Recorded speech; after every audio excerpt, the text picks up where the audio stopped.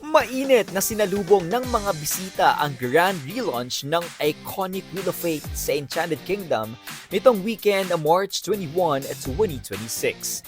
Bago ang official relighting ng Ferris wheel, binuksan ang programa sa isang maikling community game show kung saan masayang nakiisa ang mga bisita sa mabilisang trivia at mini challenges sinabayan ng tawanan at mga papremyo. Isa naman sa mga highlight at tampok sa event ay ang performances mula sa iba't ibang artists. Unang nagpasiklab ang cultural dance group na nagpakita ng traditional Filipino dance na nagbigay kulay sa programa. Hindi rin nagpahuli sa hiyawan ang mga fans nang dumating ang cast ng inaabangang serye na My Husband is a Mafia Boss. Pinangunahan ng kanilang lead star na si Ren Escanio kasama sina Sarah Jo, Frost Sandoval, Dan Aquino, Maru Delgado, Jaime Iliana, Kyoso Quinto at PJ Rosario upang in-unveil ang bagong Amayam Insulation sa loob ng EK.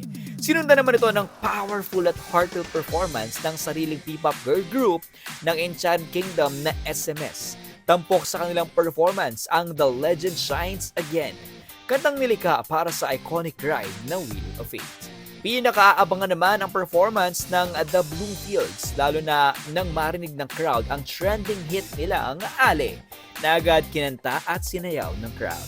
Natapos ang programa sa official lighting at unang ikot muli ng Wheel of Fate. Sinabayan ng fireworks na nagliwanag sa gabi. Isang tanda ng bagong simula para sa isa sa pinakamamahal na rides ng Enchanted Kingdom.